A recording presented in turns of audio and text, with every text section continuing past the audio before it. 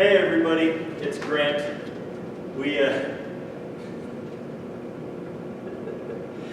Sorry, I was just thinking of a joke. I'll tell it to you later. Then again, maybe I won't. In fact, more than likely, I'll have forgotten about it by the time you ask me about it, and I'll just make one up on the spot. Just being honest. We're going to pick up in our class on Genesis. We are in Exodus. We are in Exodus 19, and last time we saw Israel journeying through the wilderness on the way to Mount Sinai. So Israel has journeyed through the wilderness, and they've been provided for by God every step of the way. So now in Exodus 19, it is the moment of truth. The moment of truth has arrived. Israel has been seeing how God can provide for them with whatever they need, that He is very trustworthy, that He is reliable. And so now at the foot of Mount Horeb in the Sinai mountain range, God makes His proposal. His proposal goes as such. Exodus 19, verses 3 through 6. While Moses went up to God, the Lord called to him out of the mountain, saying, "Thus you shall say to the house of Jacob, and to the people of Israel, you yourselves have seen what I did to the Egyptians, and how I bore you on eagle's wings and brought you to myself.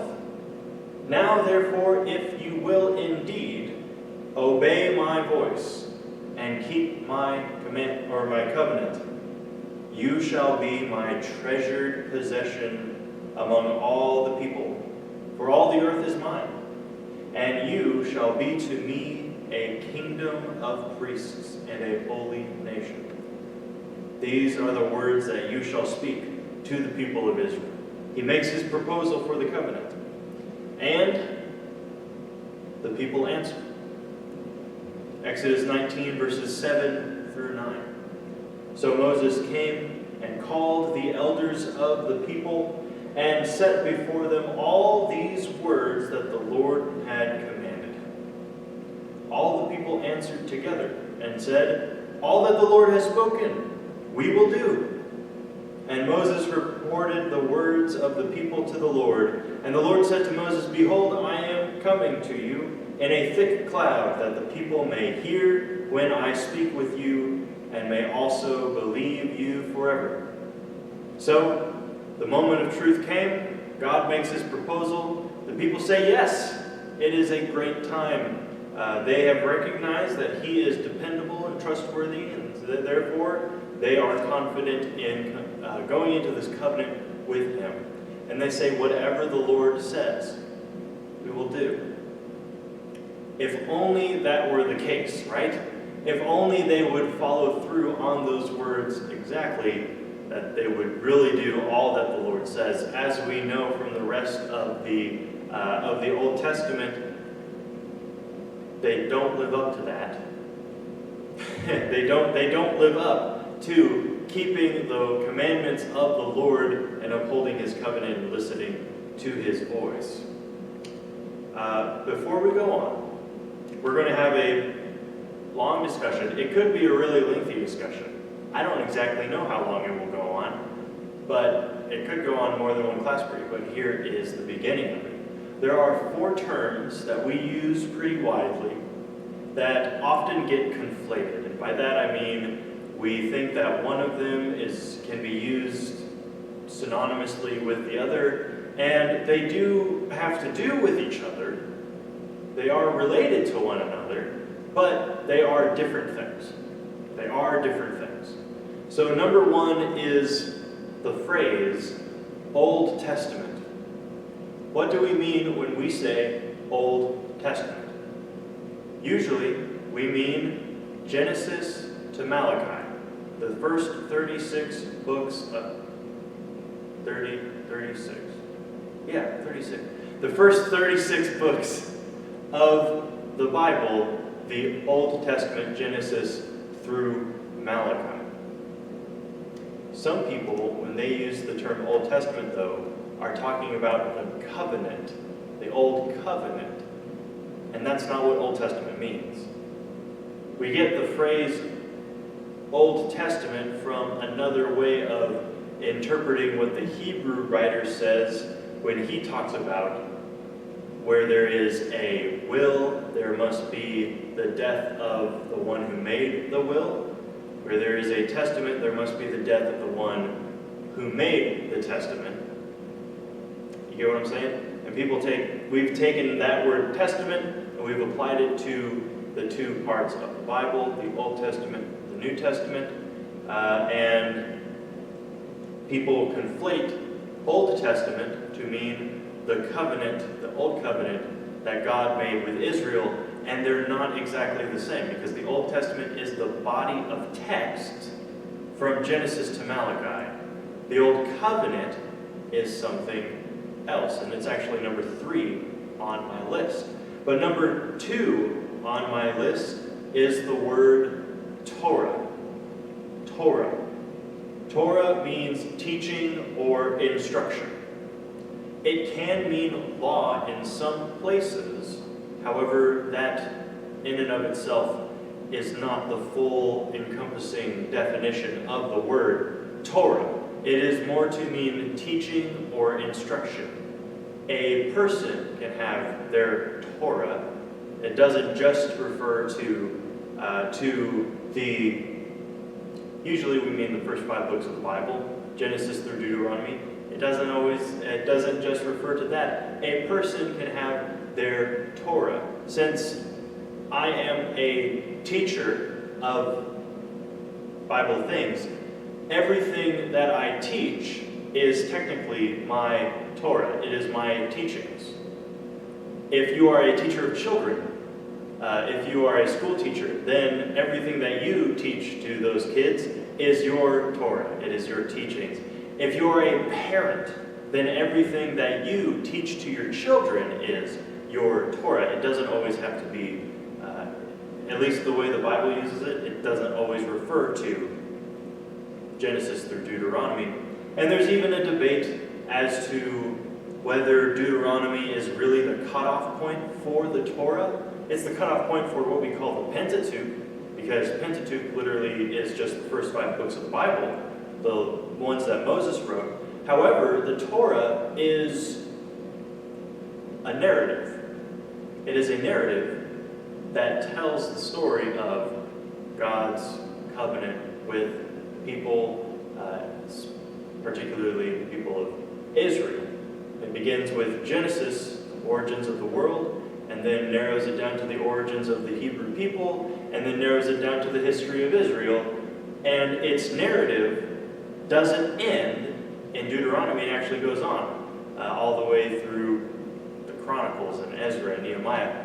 So there is a debate as to whether the Torah, our definition of it, should end with Deuteronomy or if it should encompass the rest of the biblical narrative. And I think it should encompass the rest of the biblical narrative. That would help us understand a lot more what the Torah actually means and what Jesus means when he says that he had come to fulfill the Torah and the prophets. You get what I'm saying? He had come to fulfill the narrative, to be the final piece in this narrative that Israel had learned for its whole life. The word Torah is often represented by the word law, especially in the New Testament, but that's mainly because the Greek word for law was used to represent the word Torah in the Old Testament. The Torah does not simply consist of laws. We call it the law because that's what Paul called it, and Jesus called it, because Jesus and Paul and Peter and all of the apostles were growing up in a Greek world instead of a Hebrew environment. They were growing up in mainly a Greek environment, and so they used the word law because that's the word that was used in the Septuagint, the Greek translation of the Hebrew scriptures, instead of saying Torah. Or if they really did say Torah, maybe Jesus did because he was speaking to Hebrews. If he really did say the word Torah, then those who wrote down what he said, when it was translated into Greek, they used the word for law because that's the word that they used. It does not mean that the Torah just entirely consisted of law. In fact, law only makes up 10% of the Bible. Law only makes up, I hesitate to say the exact amount because I don't know the exact amount, but I would guess maybe a third of what many consider to be the Torah. It's about a third of it. However, that third is really dense stuff. It is hard to get into. So that is number 2, Torah. We need to have a very clear understanding of what the Torah is and what it is not. It includes the laws that are listed within it, but it is not those laws. You get what I'm saying? Like how every thumb is a finger, but every finger is not a thumb. So, the third thing on our list, these things often get conflated, is the Old Covenant. Old Covenant. Old Testament and Old Covenant very often get conflated, and Old Covenant and the law often get conflated as well.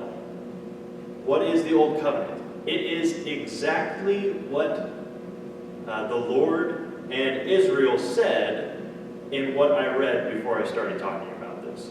In Exodus 19, verses 4 through 5, you yourselves have seen what I did to the Egyptians and how I bore you up on angels' wings and brought you to myself. Now, therefore, this is the covenant. This right here.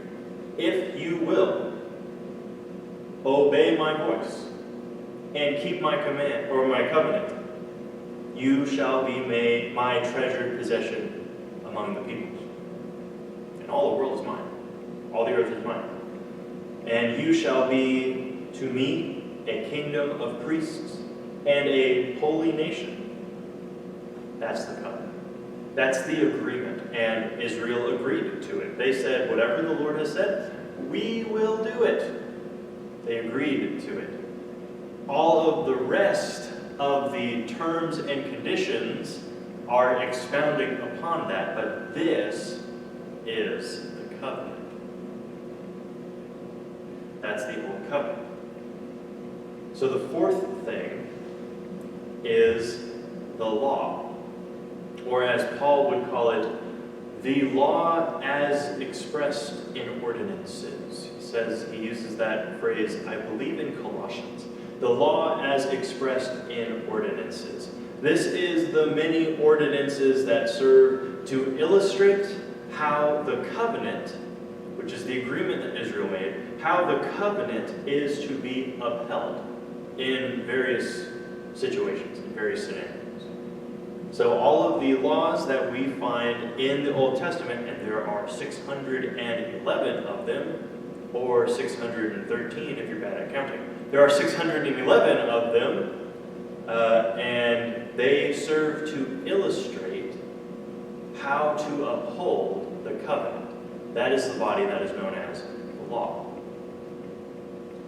We need to keep all of those things straight, because if we start to conflate them, well, we miss some very important things. Like when Paul says that we are no longer under the law, is he meaning that we are no longer subject to just the ordinances? Or is he saying that we are no longer subject and don't need to pay attention to the Torah or the Old Testament in general? Well, he's not saying that part, because he said those things that were written before are written for our instruction. So when he says we're not under the law anymore, he's meaning the ordinances. And if you don't have those things straight, then you're going to think that the Old Testament isn't important, and you don't need to pay attention to it at all. And that is the opposite of the matter. In fact, the Old Testament and even the ordinances themselves are important, but not for a reason that you would immediately think of. You see, a lot of times, readers will give up on reading through the Bible because if you start at the beginning, you start at Genesis, you get not even 2 books in, and you hit these dense chunks of archaic law code. And they're repetitious, and they don't really, it's not clear how anything here applies to us now. So it's understandable, but most of the sort of despair that people feel when they come up to these chunks of law code, when they read these ordinances, most of it comes from the fact that we don't think about law in the same way that that ancient Near East people thought about law. And the key is, of course, context. A lot of times we act like the Bible was just floated down from the sky on a golden parachute, and that there wasn't a process or a historical context in its writing or its origins. And the opposite is the truth. The Bible and all of its parts have their historical context playing into what's going on there. You know what I mean? The same way that the foundational documents of our country's government had factors of their historical context feeding into it that we don't exactly relate to anymore. So we need to keep in mind that there is a historical context to the law that if we don't understand it, then we're going to get really confused, because people come up to the law and they are thinking, well, what am I supposed to do with this? Am I supposed to keep these laws? Am I supposed to, not keep any of the laws? Am I supposed to keep a few of them? Am I supposed to keep some of them? Because the 10 Commandments sound pretty good. They sound pretty solid. Don't kill people. Don't commit adultery. Don't carry the name of the Lord your God in vain, and don't lie. All of these things. Those sound good. Maybe not number 4, the Sabbath one. We won't pay attention to that one, but we'll take the other one. So this confusion happens because we don't think about law the way that the ancient Near East thought about law. You see, today, and this has been a very recent development in human history, and by recent I mean it's been a few hundred years, is when this became popular, and it is something called statutory law or legislative law, and that means the letter of the law. That is the exact wording of the ordinances is the highest authority when making legal judgments. That's called statutory law, and that's what we as a society today operate under. And it's probably a good thing that we operate under this, because our country, the United States of America, is such a culturally diverse place that you need statutory law. You need a law that is based on the exact wording of the ordinances as the ultimate authority in judicial matters. Because if not, then you have people from all different cultures carrying all different values, and it's just going to be a conjumbled mess of different interpretations and different cultural values clashing with each other. But you can see how this statutory law affects our culture, For one, all of these different cultures can all coexist together because we all ascribe to one law code that is for the most part, pretty clear on what it means. And not much of the meaning is really up for wide interpretation. Judges, quote, retire to their chambers when they don't know what sentence to give. Why do they retire to the chambers? To look up what sentence they're supposed to give. There is a code that they follow concerning what sentence they give for whichever crime, whether it be a fine, whether it be labor, or whether it be imprisonment, or even death. There is a code that they follow that they are subject to, instead of the law being subject to them as judges. There's even a debate that has been going on for over 150 years now, particularly 157 years, as to whether or not West Virginia has any right to exist. Because it's a debate over the punctuation of a part of the U.S. Constitution. That is Article 4, Section 3. New states may, I got my little Constitution book here. New states may be admitted by the Congress into this union, but no new state, admitted by Congress into this union, semicolon, but no new state shall be formed or erected within the jurisdiction of any other state, semicolon, nor any state be formed by the junction of two or more states, comma, or parts of states, comma, without the consent of the legislatures of the states concerned as well as of the Congress. There are two interpretations of this because statutory law relies on the exact wording, and when a language uses punctuation, it relies on the exact punctuation as well of the ordinance in question. So there's two interpretations.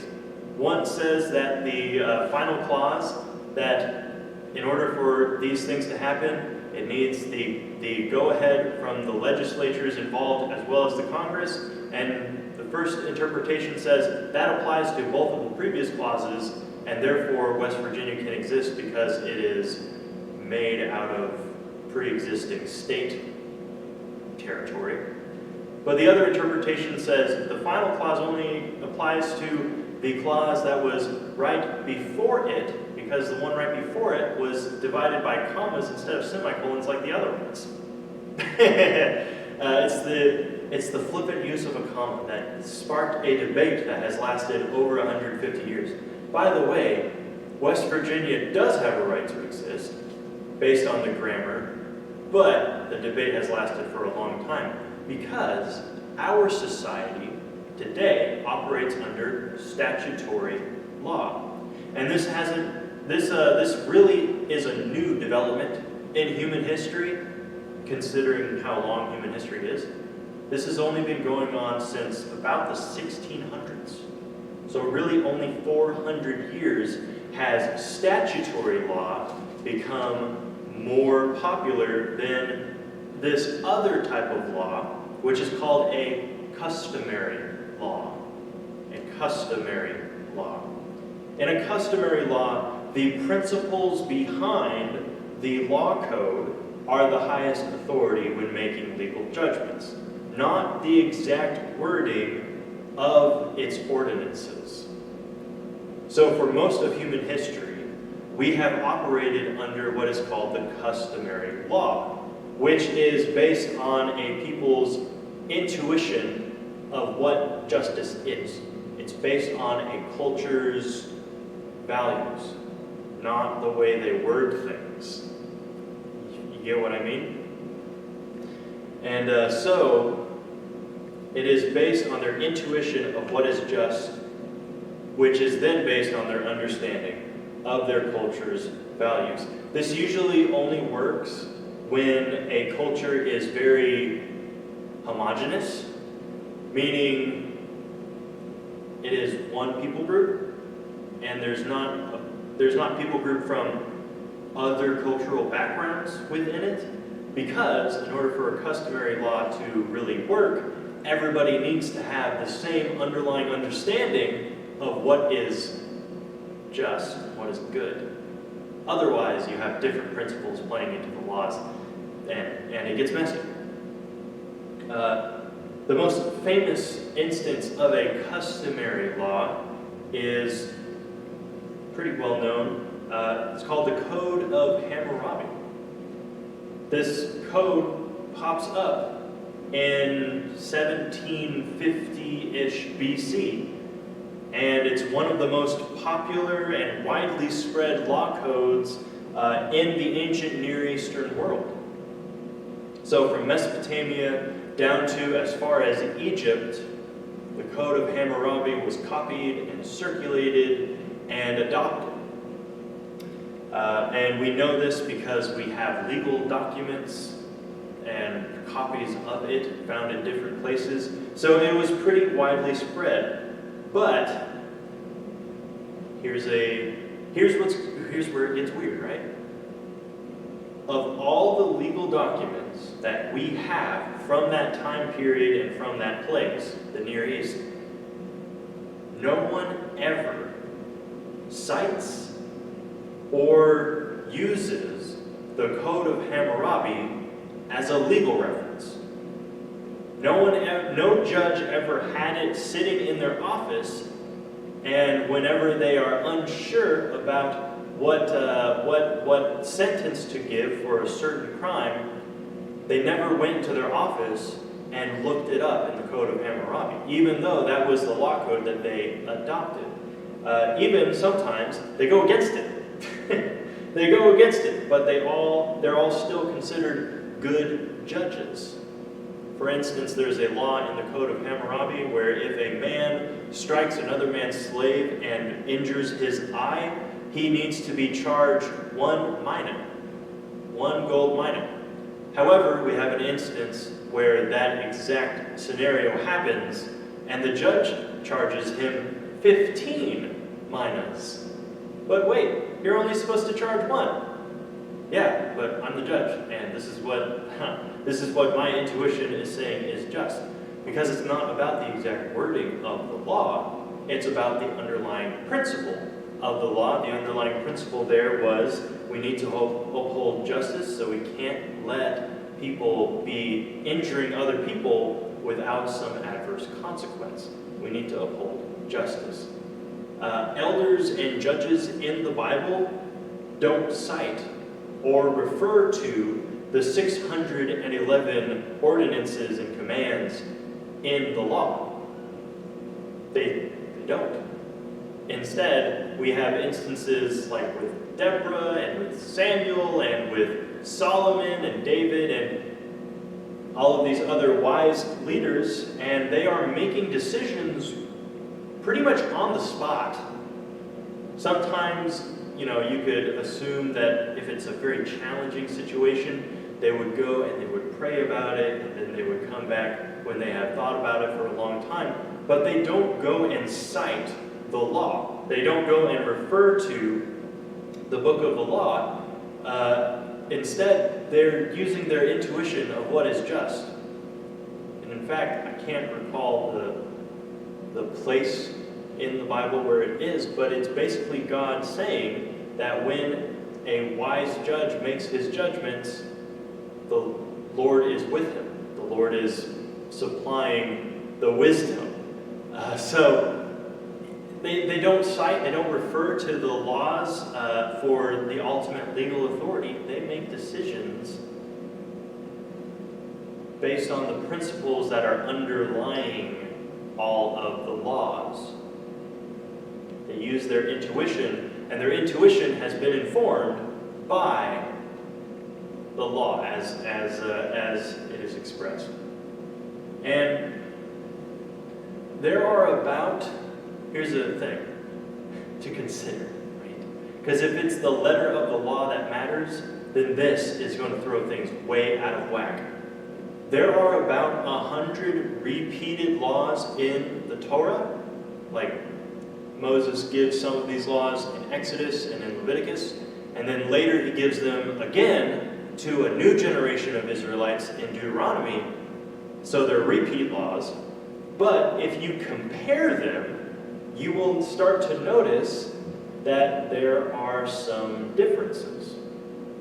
Consider the commandment concerning the Sabbath. This is one of the big 10, right? The 10 Commandments. Exodus chapter 20, verses 8 through 11, he says, "Remember the Sabbath day and to keep it holy. 6 days you shall labor and do all your work, but the seventh day is a Sabbath to the Lord your God. On it you shall not do any work, you or your son or your daughter or your male servant or your female servant or your livestock or the sojourner who is within your gates. Because in 6 days the Lord made heaven and earth and the sea and all that is in them, and rested on the seventh. Therefore the Lord blessed the seventh day and made it holy." That is in the 10 Commandments. Commandment number 4 concerning the Sabbath day. But Moses gives the command again in Deuteronomy chapter 5. This is from verse 12. "Observe or keep the Sabbath day to keep it holy as the Lord your God commanded you." Already there's a difference in the wording. There's a difference in the letter of the law. In Exodus 20 he said, "Remember the Sabbath day and keep it holy." But in Deuteronomy 5 he said, "Observe the Sabbath day to keep it holy." It's a different word. It means the same thing, but it is a different word, right? And if statutory law is based on the exact words, it's a different word. But going on, 6 days you shall labor and do all your work, but the seventh day is a Sabbath to the Lord your God. On it you shall not do any work, you or your sons or your daughter or your male servant or your female servant or your ox or your donkey or any of your livestock or the sojourner within your gates. He added the ox and the donkey. He's adding things now. Moses is. Servant within, or the sojourner within your gate. I'm trying to find where I left off. Or the sojourner within your gates, that your male servant and your female servant may rest with you as well. That wasn't in the last one. He did say that your male and female servants are supposed to rest, but here he's specifically saying they're supposed to rest along with you. They are your equals in this regard. You shall remember, this is attitude. You shall remember that you were a slave in the land of Egypt, and the Lord your God brought you out from there with a mighty hand and an outstretched arm. Therefore the Lord your God commanded you to keep the Sabbath day. In the original Ten Commandment Sabbath command, he says the reason why you are going to keep the Sabbath is because the Lord created the world in 6 days and rested on the seventh day. But in Deuteronomy 5, he said the reason why you're keeping the Sabbath is because you were once a slave and God rescued you. Therefore, and the thing right before it is, he said, your slaves are supposed to keep the Sabbath too. They're supposed to rest with you. See, there's an underlying principle that he's getting at, and they're getting at two different principles in either telling of it. And there's not enough time to go into that principle. We can do that later. But the Passover commands found in Exodus chapter 12 says, they shall take some of the blood and they'll put it on the 2 doorposts of the lintel of the house. That's verse 7, in which they eat it. They shall eat the flesh by night, roasted on fire with unleavened bread and bitter herbs. They shall eat it. Do not eat any of it raw or boiled in water, but roasted, its head with it, its legs, and its inner parts. They were supposed to roast the lamb, definitely not boil it. Definitely not eat it raw, but definitely also not boiled. However, what does it say in Deuteronomy 16? Verses 4 through 7 says, "No leaven shall be seen with you in all your territory for 7 days, nor shall any of you any of the flesh that you sacrifice on the evening of the first day remain all night until morning. You may not offer the Passover sacrifice within any of your towns that the Lord your God is giving you, but at the place that the Lord your God will choose. To make his name dwell there, there you shall offer the sacrifice in the evening at sunset at the time you came out of Egypt, and you shall boil it. And you shall boil it and eat it at the place that the Lord your God will choose, and in the morning you shall turn and go to your tents. They're not even in their homes. Even though in the original Sabbath command they were doing this all in their homes, in this one they're in their tents. They're not at their houses, they're not in their homes, they're at their tents. And in this one, they can boil it. In fact, they're commanded to boil it, when in the original one they were commanded to strictly not boil it. What's going on? What's going on? Well, it is a different time. It is a different stage in Israel's life, and therefore, there are some differences in the exact letter of the law, because consider why they weren't supposed to boil it in the original command. It's because they were leaving in the morning. They were leaving in the morning, they needed to not do things that would take time. Boiling takes more time. However, in Deuteronomy, he's referring to when they're already settled down in the land. They don't have to take time. They don't have to take the time. They can boil it. And therefore, they tell them to boil it. Because the letter of the law, in a customary law, the exact letter of the law, the exact way the ordinance is worded, isn't the final authority. The ordinances are not the final authority. And the laws aren't comprehensive. You see, statutory laws have to be comprehensive. They have to be extensive, exhaustive. Not just because it's exhausting to read them, but because they exhaust all the possibilities, because the very wording of the law matters. And so if a situation doesn't match the very wording of the law, well, you got some gray areas. Customary law doesn't work like that, because customary law operates on principles that do cover all of the situations. You just have to figure out how they apply. So the laws in the Torah aren't even comprehensive, though. So they can't even work as statutory laws. In fact, there were undoubtedly more laws than we get in the Old Testament. Throw that out there, because over and over again, Moses refers to something called the Book of the Law, and the Book of the Law is not one of the first 5 books of the Bible. It's something else, and it's something that was probably more extensive. But the laws in the Old Testament are actually arranged to match the numerical value of the word Torah.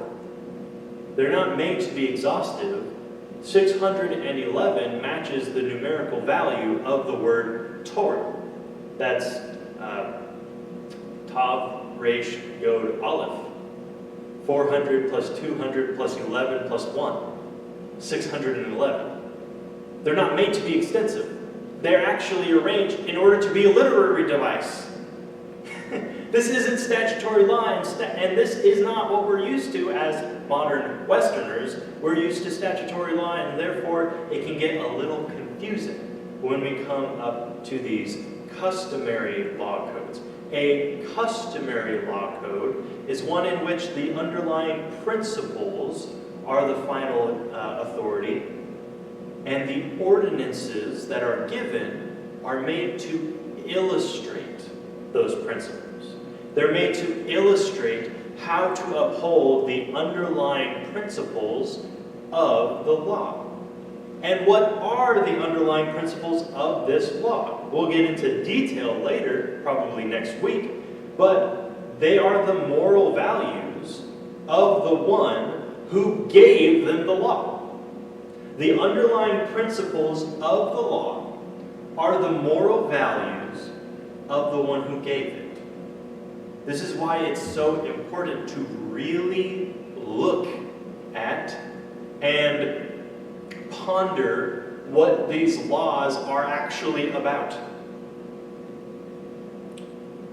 They grant an insight into the moral values that God himself holds dear.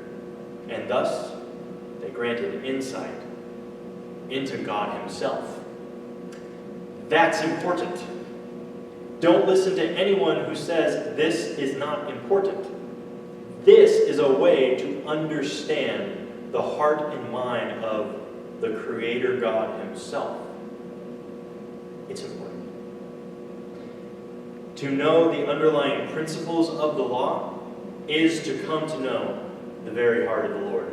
And if we are going to know the underlying principles of the law, we have to at first know what the law says in order to take a closer look at it, right? That's what we're going to do starting next week.